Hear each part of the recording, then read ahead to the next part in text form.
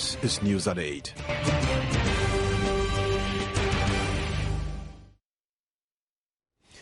Good evening and welcome to the Primetime News Bulletin here on the Joy News channel. Tonight, Supreme Court rules to overturn constitutional instrument that says outcome of ongoing election petition cannot be reviewed and describes as unconstitutional clause requiring it to sit on holidays.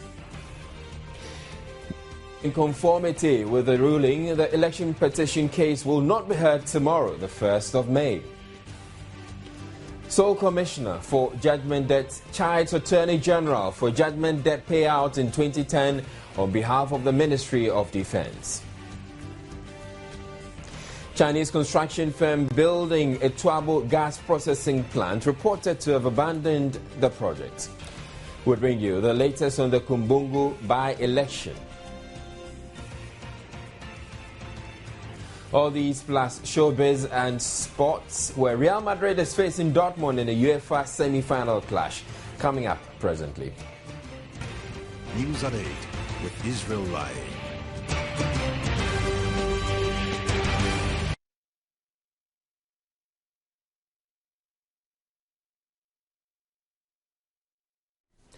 The Supreme Court, in a landmark ruling, has overturned a constitutional clause that seeks to extinguish the right to seek a review of the decision of the Supreme Court in presidential election petitions.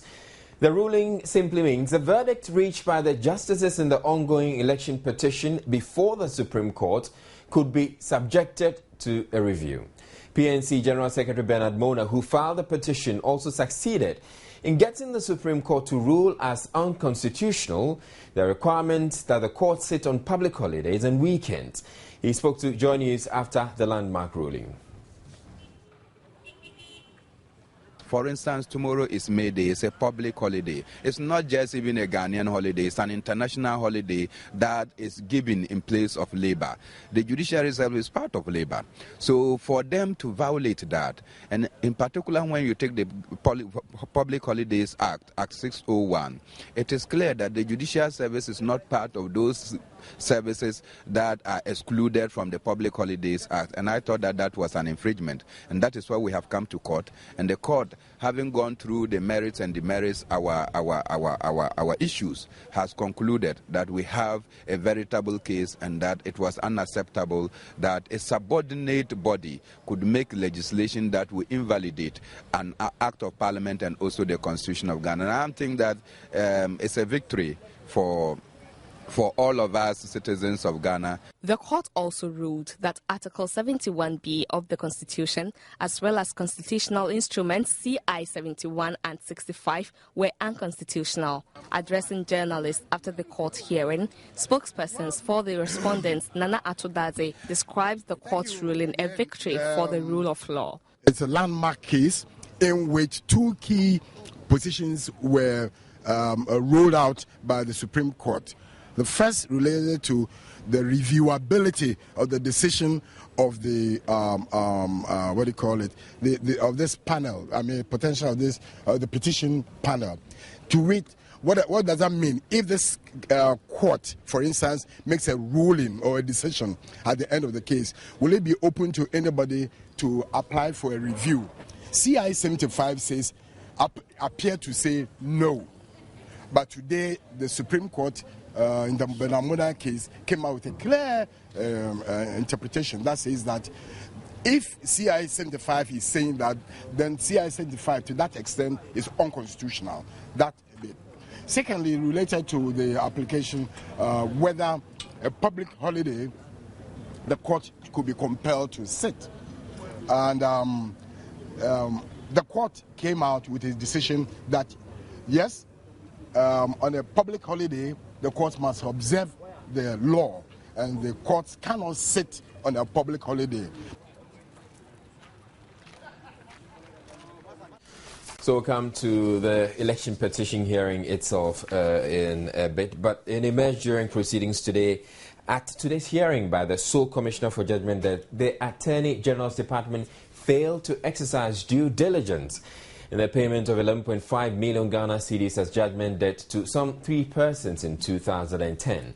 The amount was paid out in respect of the land in Kumasi, where the Ghana Armed Forces' 2nd Brigade Complex is situated. Appearing before the Commission, Chief State Attorney in the Shanti region, William Bobi, could also not explain how the Ministry of Defence, which it sought to represent, was completely sidelined in the transaction. The red flags about the transaction were raised 2 weeks ago when the Ministry of Defence told the Commission it was completely unaware how the state paid out 11 million Ghana cedis to the 3 claimants on its behalf. Acting Judge Advocate General Colonel Mahama Idrisu, who represented the Defence Ministry, told the Commission they were at no point approached by the AG for their input in the case. Nana Kwaku Apiani III and 2 others versus the Ministry of Defence and Attorney General's Department. Deputy Lands Administration Officer with Western Region Lands Commission, Stephen Odo-Kwating, who also appeared today, told the Commission he had been called in as a witness during the trial to confirm valuation of the 387.35 acres of land at 11.5 million Ghana cedis. Justice Yawapil criticized the AG for failing to exercise due diligence on the matter. According to you, when you came in, you realized it was a weak defense, but you did not invite them to tell them, I've looked through your defense. It's a weak defense, so we cannot defend it. Then you call the lands officer to come in and then testify. And then he testified. On the basis of the testimony, the court gave judgment. The court judgment is based on the evidence of Mr. Odo-Kwating, and the ministry which you were defending was not aware. It appeared as if the whole case had been cooked. Oh, my Lord, no. That was the appearance. From the record, that's the appearance, that the whole case had been cooked. Then for the money to be paid and shared. The AG, however, maintains the ministry was aware of the case. I conducted a search at the courts, and it shows that they were served with a writ of summons and statement of claim. Do you have a copy of the search? Yes, my Lord. I seek permission of this court to tender a copy of the service of the writ of summons and statement of claim on the military, and they were a party on their own right. So I don't see why they should expect another party to invite them. Justice Apel expressed his displeasure that compensation was paid to the 3 claimants without an executive instrument covering the acquisition, especially when there were other claimants to the said land. Meanwhile, 2 other companies, Frandesco West Africa Limited and Mahogany Company Limited, appeared before the Commission to submit further documents relating to judgment debts they have been awarded.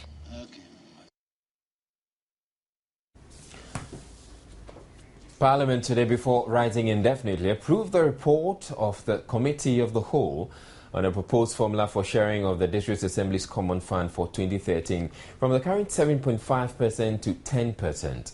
Even though it represents a significant improvement over previous years, some MPs are unhappy with the increase, saying it is still too small.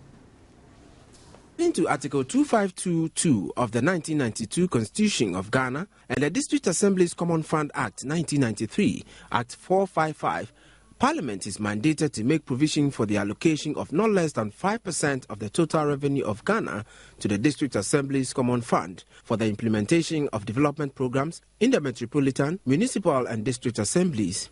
Currently, only 7.5% of the total tax revenue is allocated to the District Assembly's Common Fund. By the stipulation in Section 7A of the District Assembly's Common Fund Act, the administrator of the fund is to propose annually for the approval of Parliament a formula for sharing the Common Fund to the District Assemblies. The total allocation in 2013 therefore increased from 821,665 Ghana cedis in 2012 to 1,149,287 Ghana cedis in 2013, representing an increase of 48.9%.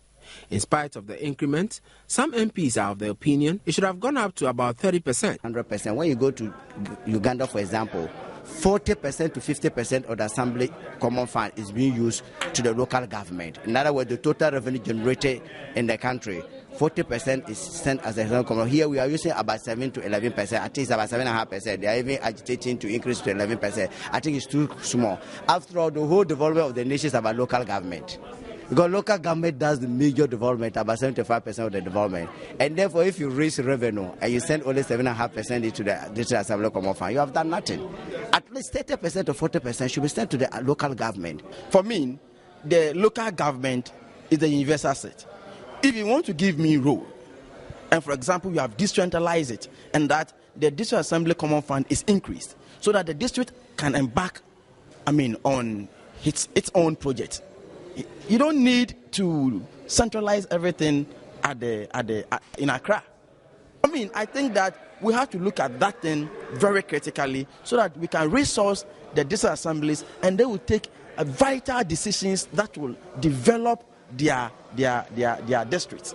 Others also disagree. In view of what is available to the entire nation, and looking at the other pressing needs also, the various sectors, the energy sector needs so much, the education sector, the health sector, and all other sectors, you realize that it's about, you cannot then be asking for too much, even though it is totally inadequate.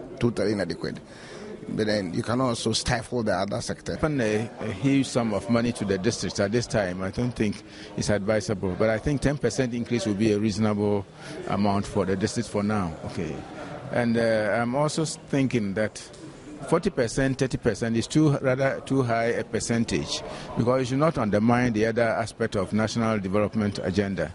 The House is expected to resume sitting on May 28. 150,000 households are to benefit from the Livelihood Empowerment Against Poverty program under a new formula to identify beneficiaries. Minister for Gender, Children and Social Protection, Nana Oyelith, announced this at a Deborah of Queen Mothers of the Kumbu traditional area in the eastern region. At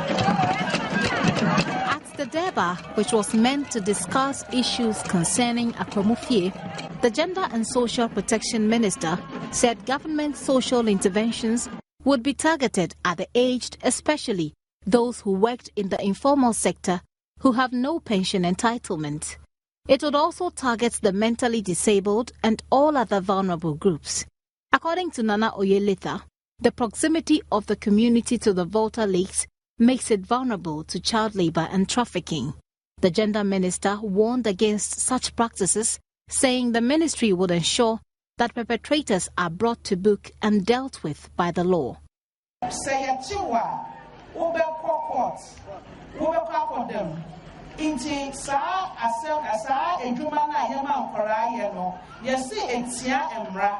key priority, Nana Chair, is to look at gender-based violence and issues that poverty and unemployment brings up. We are going to roll out a national campaign against gender-based violence. Afi Ghana abai at 30 million Ghana cedis. Busumi biano yabeti 45 Ghana. Ama yenu anoma omuntumi ensho muhu papa. The Omanhene of the Akwamu traditional area assured he would mobilize the people to ensure the purpose of such interventions are achieved. Especially,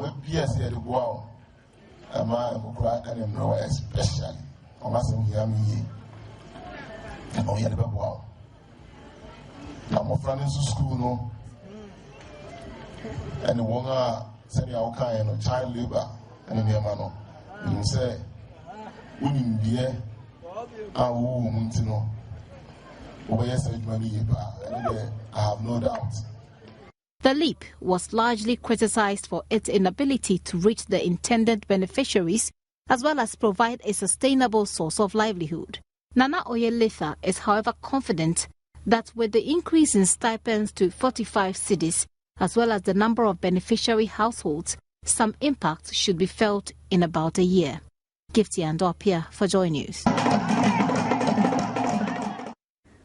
Now, in a related development to our very first story, that the Supreme Court says sitting on holidays will be unconstitutional. The court will not sit tomorrow and has adjourned to Thursday, the 2nd of May. In the case itself, counsel for the third respondent in the ongoing election petition hearing, Chachi Chikata, today continued with his cross-examination of the principal witness for the petitioners, Dr. Mamadou Bawumia. Chachuchikata questioned the witness on the labels placed on the affidavit evidence filed by the petitioners, the mislabeling of the pink sheet, and the absence of the stamps of the Commissioner of Oaths on the pink sheet. Dr. Bawumia was also questioned on this understanding of the biometric process.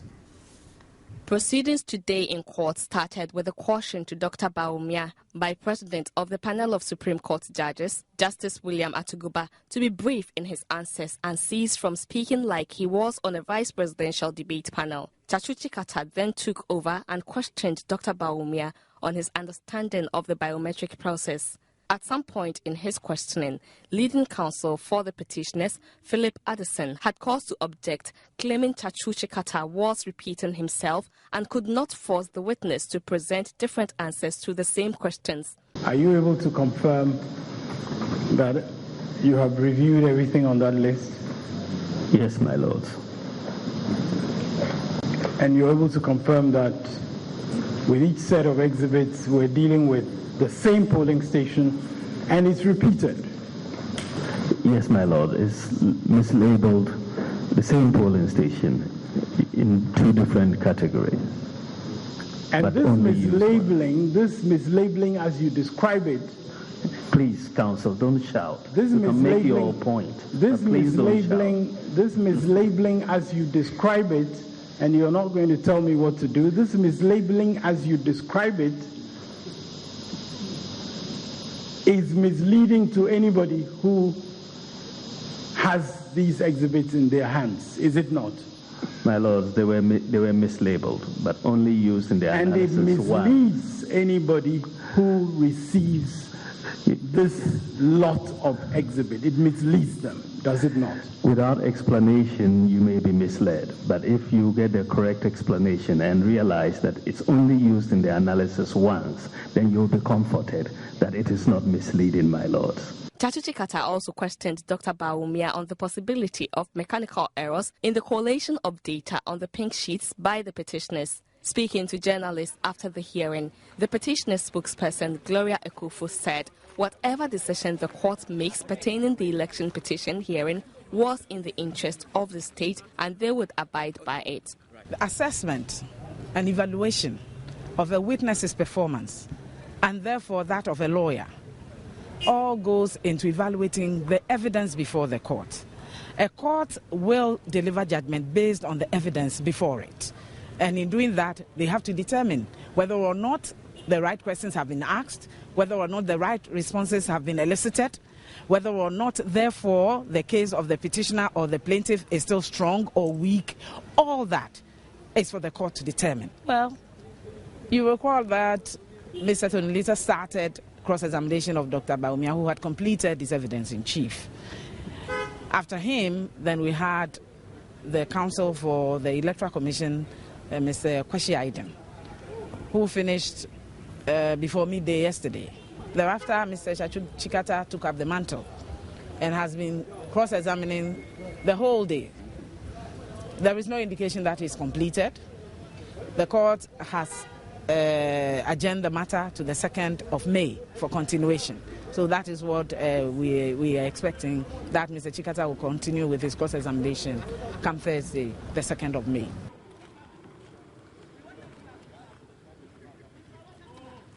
Taking a break now, but we have more news coming up. Don't go away.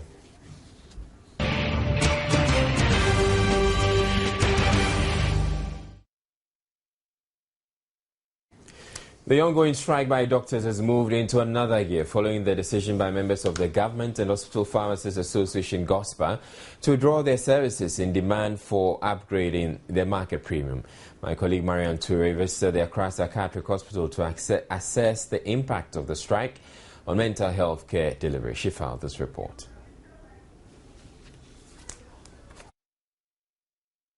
A visit to the Accra Psychiatric Hospital, which should have been very busy on a Tuesday, shows a very empty outpatient department. 5 to 10 patients would have been admitted daily, but not a single patient has been admitted today. This shows the true extent of the strike and its effect, especially on mental health care. Peter Jimanjewu, Deputy Chief Health Services Administrator at the Accra Psychiatric Hospital, explains how they have been faring and the contingency measures in place to manage the strike by doctors and pharmacists. The strike action, though unfortunate, very unfortunate, it has not affected us much, in that the other categories of staff are covering the place. We have dispensing technologists and technicians who are covering the place under the direction of 2 pharmacists posted to us temporarily by the Minister of Health from the 37 military hospital. It's a contingency measure being put in place to avert the suffering the patients will go through in the absence of the drugs, and they are working well. They are covering up the place. Joy News had learnt patients were being discharged as a result of the strike. When asked, Mr. Jimanjewu emphatically denied the report. No patient is being discharged at the hospital because of the strike action. That is an emphatic no. We are not doing that. What we're doing is that we don't want this place to be a home to any patient. And so once they are well, they've been treated and discharged by the doctors. Remember, some of these patients are brought here and the relatives abandon them. And so once they are well and are able to tell us exactly where they come from, are able to lead us to their homes, we take them there. So no patient is being discharged because of the strike action. We are not doing that. Wallace Walanyo, a medical assistant at the hospital, explains what a typical day would have been and employs government to resolve issues quickly. It's very, very busy, especially Tuesdays and Thursdays. The attendance is very great. But these days, because of the strike action, it seems the public is aware. So they are not patronizing it as it was. After a tour of the hospital, Peter Ajimanjewu had this to say. We need everybody on board. It's teamwork. We need everybody. And especially with the psychiatric hospitals, if care is not taken and the strike should continue and the patients relapse, with the 1,000 inmates we have here, we will be in trouble. The whole place will be in serious trouble. So there is the need for the speedy resolution of the issue. Doctors in the country have no immediate plans to return to work.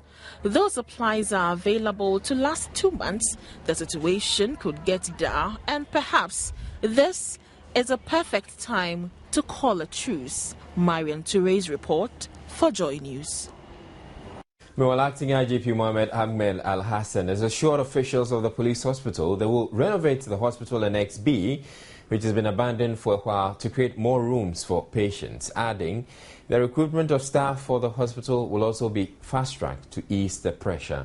He announced this when he toured the hospital Tuesday morning.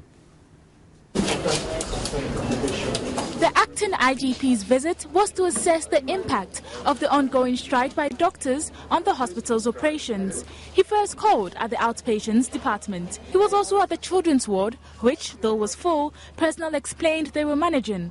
At the hospital's Annex B, which he took over from the Forestry Commission some years ago, the acting IGP assured officials renovation work will soon start to create more wards. On our own initiative and with the support of government, we are looking at how we can bring the hospital annex, Block B building, let me say that, to that state of use so that more patients can use that facility.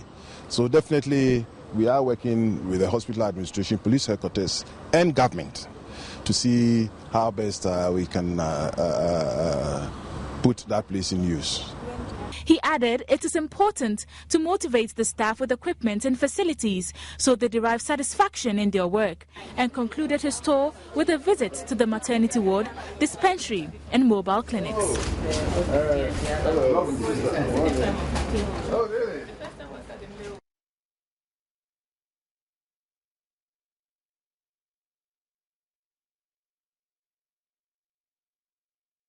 Counting is currently underway in the Kumbu constituency by-election. Earlier, our reporter Mohammed Hashmin reported that there was low voter turnout.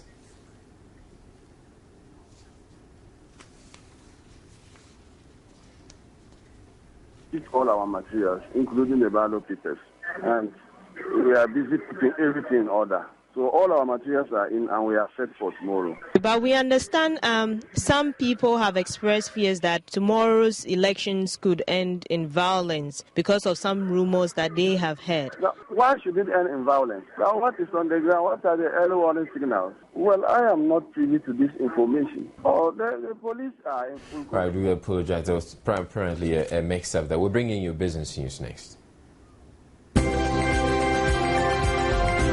At 5 Ghana cedis 24 pesos, up 17% from 4 Ghana cedis 48 pesos. The National Tripartite Committee, which agreed the figure, says it takes effect from May 1, 2013. The communique was jointly signed by the Ministry of Employment and Labour Relations, Ni Ama Ashite, for government, the Chief Executive Officer of the Ghana Employers Association, Alex Frimpong, for the association's president, and General Secretary of the Trade Union Congress, and Kofi Asamoah, for organized labor. The statement has advised establishments, institutions or organizations whose daily minimum wage is below the new national daily minimum wage to adjust wages upward accordingly. It has also recommended the wage be tax exempt. The Ghana National Petroleum Corporation says it cannot be blamed for any wrongdoing in the alleged corruption allegations in the purchase of Sabre oil. South Africa's state oil firm, Petro SA, is currently under investigation after one of its senior officials was accused of bribery in the purchase of Sabre oil's stake in the Jubilee field. A statement released to the media says the sale of Sabre's interest in the oil fields to Petro SA was a private commercial arrangement between two independent and willing parties dictated by international norms. JMPC maintains that it did not play any role in the pricing and sale negotiations. It adds that its role in the transaction was only limited to ensuring that the requirements of the petroleum agreement were duly complied with and Ghana's interests protected. GMPC is, however, confident the ongoing investigations on Petro SA in South Africa will confirm these assertions and exonerate it of any wrongdoing. Now, still in the oil industry, Sinopec has shut down its operations at the construction site of the Etoabo gas processing plant in the Western region. The Chinese company has asked all workers to go home until further notice because government of Ghana could not release funds to continue the project. Joy News' Kweku Owusu-Pepra reports that about 50 Ghanaian staff working on the project have been asked to submit all working gear in their possession to the company, while the Chinese counterparts have withdrawn all heavy industrial construction equipment from the site. In other business news, the chairman of the National Development Planning Commission and senior advisor to the president, P.V. Obeng, says urbanization in Ghana has been characterized by a collapsed social housing system, filth and energy crisis due to lack of preparedness by the country to face an urbanization drive. He is therefore urging implementers of the National Urban Policy to go the extra mile to ensure efforts towards true urbanization are not wasted. He was speaking at the National Urban Forum aimed at setting out priorities of the policy. I don't have any authority to call the leadership here to swear that they will be faithful and loyal to themselves and work to make Ghana safe and strong. If they can do that, then today is a day for celebration. If they cannot do that, we can condemn them for bringing us hope and then after lead us into the deep blue sea. It is estimated that more than half of Ghanaians live in slums, with many others living on the street. The National Urban Forum seeks to deliberate on implementation of the National Urban Policy, launched by President John Mahama some 5 weeks ago. The policy is aimed at curbing overconcentration of growth and development in few cities, environmental deterioration, urban poverty, slums and squatter settlements, among others. This is to include about 14 ministries, 35 MDAs and numerous municipal and metropolitan assemblies. An expectation from the meeting, therefore, is to clearly outline areas of priority. It should be emphasized that it is the policy of government to use urbanization as a catalyst for economic growth, social improvement, cultural enhancement, and environmental sustainability. That's why the government has come out with a national urban policy and action plan to give a clearer focus on urban development and management in the country. This will ensure that our urban settlements are sustainable, that is, environmentally safe, economically productive, and socially inclusive. A representative of the Water Resources Works and Housing Ministry advocated the approval of a national housing policy and the setup of a national housing authority to oversee implementation of the policy. The Ministry of Transport suggested other modes of transport such as trains, cycling and walking to be extensively developed to ease congestion in urban communities. The local government minister had earlier indicated that they intend to organize more such platforms to discuss urbanization. The chairman of the National Development Planning Committee, however, cautioned against mere talk shops. Don't let us say here that at the time we were putting the urban policy together and the action plan together, we got tired. And now that it is published for rest, the task of urbanization is a dynamic one. We have many challenges to face. And each challenge has an owner or a group of owners. And it's important that when we meet in the urban forum, we critically identify all the constituent elements of the malaise and identify the critical individuals and agencies that are responsible for responding to those issues. He blames attitudes and successive governments for the country's developmental challenges. Cities Alliance, a US-based organization, is partnering governments to deliver true urbanization of the country. Gifty Andopia for Joy News.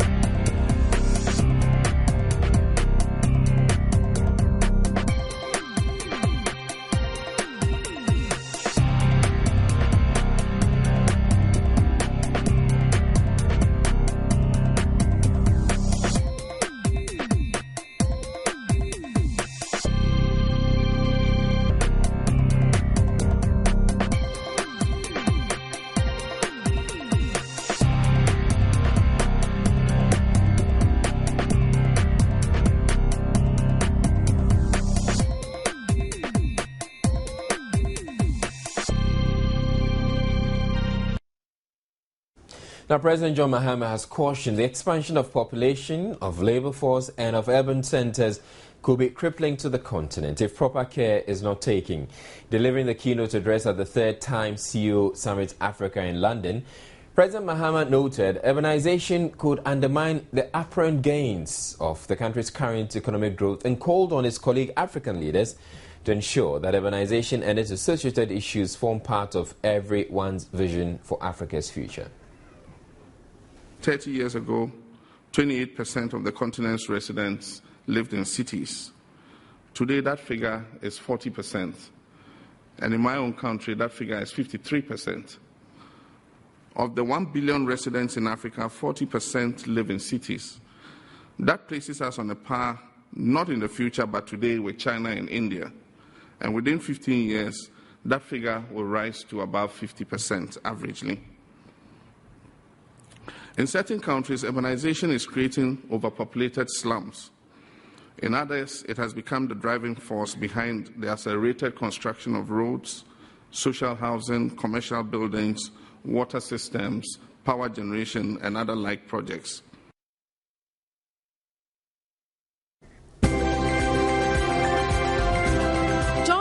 Business was brought. Right, time for the very latest in the world of sports. My name is George Adi Jr. Let's talk about the Champions League. The second semi-final leg of that game between Real Madrid and Borussia Dortmund has just ended. The scoreline was 2-0 against Borussia Dortmund. Real Madrid getting 2 excellent goals in 5 minutes. Very close, yet so far. Actually, very disappointing for Jose Mourinho. Right, so close, yet so far. Real Madrid out of this. Tomorrow there is another semi-final game. And you know what happened in the first leg between Bayern Munich and Barcelona. Bayern Munich beat them by 4-0. So Barcelona have to believe they can beat them by 5-0 in the least if they want to make it to the final. And we've been speaking to some soccer fans, and that's what they are saying about the game.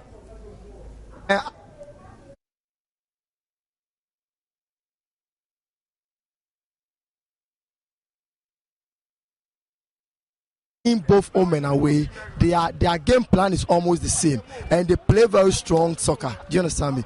But I don't think Barcelona has that form to beat Bayern Munich at Camp Nou. No, Bayern Munich will by all means win against Barcelona in Camp Nou. You are going to away, and the person that beats you 4-0, it's very impossible that you score 5-0 or 4-0. In my behalf, when the Barca can score them, he can score 4, only 3 or 2. That one there. That's my opinion. To me, I don't think they can beat them 4-0. So I hope Bayern Munich will qualify to the final. Oh, Bayern Munich is not a small team. It's not a small team to beat somebody 4-0 and allow that team to beat you 5-0. I don't think they can beat them. No, I don't. All right, so what do you think the scoreline will be between Barcelona and Bayern Munich tomorrow? It's all happening at the Camp Nou, and of course you have to stay locked and tracked in. There is a lot coming from there, from that Camp Nou. My name is George Adi Jr. That'll be all for sports tonight. Israel will be back with Showbiz, and remember, he actually lost the plot against me. He was supporting Real Madrid. They are out. Have a good night. Sports was put. In our final wrap-up before we go, the Supreme Court has overturned a constitutional instrument that says the outcome of the ongoing election petition cannot be reviewed and has described as unconstitutional a clause requiring it to sit on holidays. Meanwhile, in conformity with the ruling, the election petition case will not be heard tomorrow, the 1st of May. The sole commissioner for judgment debt has charged the Attorney General for a judgment debt payout in 2010 on behalf of the Ministry of Defense. The Chinese construction firm building the Tuabo gas processing plant is reported to have abandoned the project. And vote counting is underway in the Kumbu by-election in the northern region. That's it for the bulletin. My name is Israel. Have a good evening.